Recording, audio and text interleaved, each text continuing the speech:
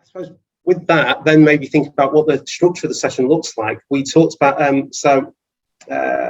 we would come in, I always take notes, and I've got a small piece of paper that I could hold up like that, but I would take notes, and the thing that I want to make clear, and the same with your notes as well, is these notes belong to families. Okay, this is yours. This is your session. There's no secret notes. These are yours. And I might physically record notes, and in session I would do, and we would do it together, and you'd see what's being written.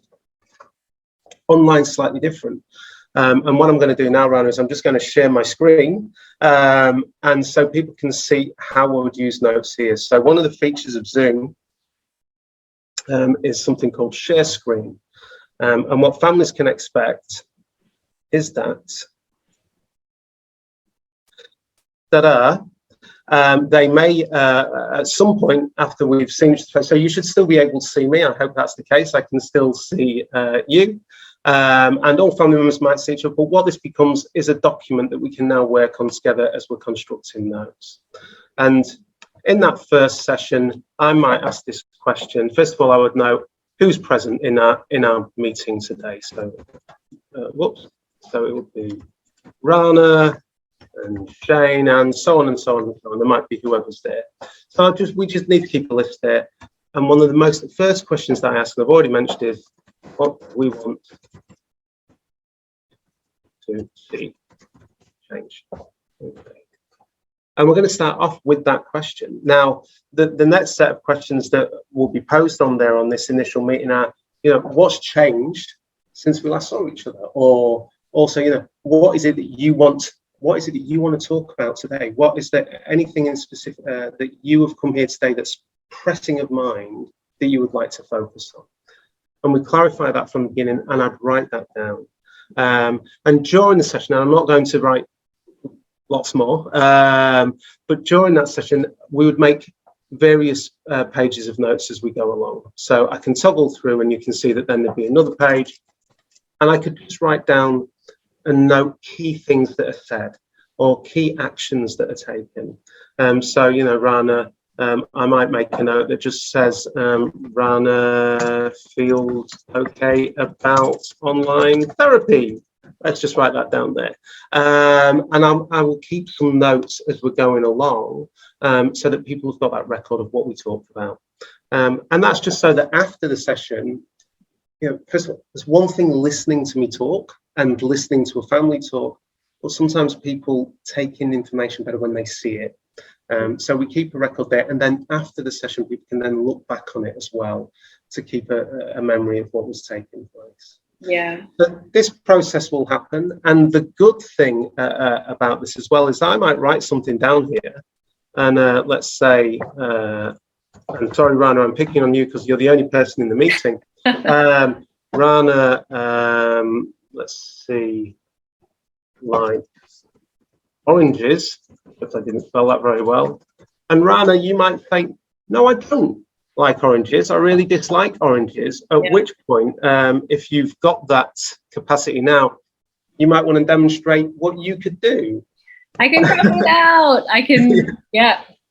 So luckily on this whiteboard, there's also the capacity for anyone on the Zoom call, multiple people, to be able to annotate. You can type text, you can draw. You can also do it on a mobile as well.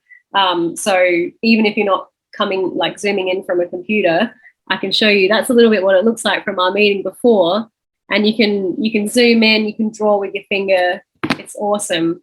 Yeah. And I think, again, our word collaboration, our word of the day, it means that everyone's got, I guess, agency over those notes, as you say, and they end up, they're the families at the end. That they're not ours. We hold on to it to be able to remember what happens, but they're definitely the family's notes in the end. Yeah, absolutely. And if you've got touchscreen technology, this is incredibly easy because you can.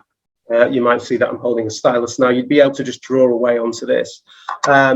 So it becomes this working document, this collaborative document that keeps a record of what we're talking about. And also, I'll move this out of the way so that people can see that. and also a way that people can check and just clarify, you know, actually, I didn't say that. This is how I feel about this. Now, not only can we write, as you've just demonstrated there with your stick person, we can draw as well. And sometimes diagrams are really important. And again, collaboratively, this is something that's a wonderful tool, not only for adults, but for children as well, who may, rather than reading and hearing the spoken word, may visually understand information if it's drawn. If I was to now crudely also draw, I'll just do that on your drawing, you might ask a young person how they feel, and they might do this. They feel sad. Okay. I might ask someone how they feel. I'll just undo that. And of course, they may feel happy. And these seem like small things, but when you were talking especially about engagement with younger children and even adolescents, actually, this can be a great vehicle for keeping a record of their voice, still their voice about their life and how they're experiencing things. And so we can do that. Now, also as a systemic therapist, and I'll just quickly do this, I'm very interested in, you know, a child's world and what that looks like. And one of the things that we draw is their community and their family. So what you might see is me draw something that is often referred to as a genogram. And this is just a quick, I'll do a very brief one here.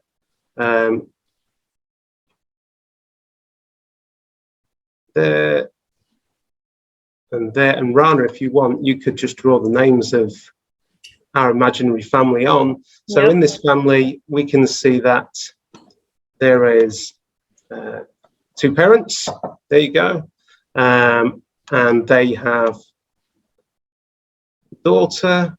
And in this family, they also have a son.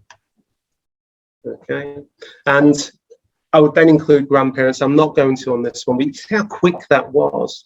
But the function of this becomes then, we can see what those relationships look like and who's doing what at those difficult times or at those more positive times. What is it that we find? Who's coming close and who's not so close in those points in time? What are those relationships like?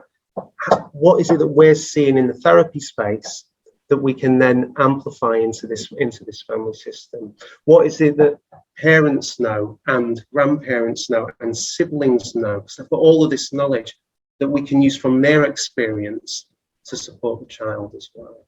Yeah. And so, well, I was going to say, just as I was doing those names, like, I think that's a great thing to be able to, again, collaborate on where, you know, maybe one family member's, okay, I'm going to fill in all the names. Another one might be filling in all the ages. Another one might be doing the, you know, relationship lines and seeing who's closest and who's not. So it seems like that this online, I mean, this whiteboard function is so great for that because it's like everyone can do it at the same time as well. It's like we're all gathered around this piece of paper. Exactly. With markers.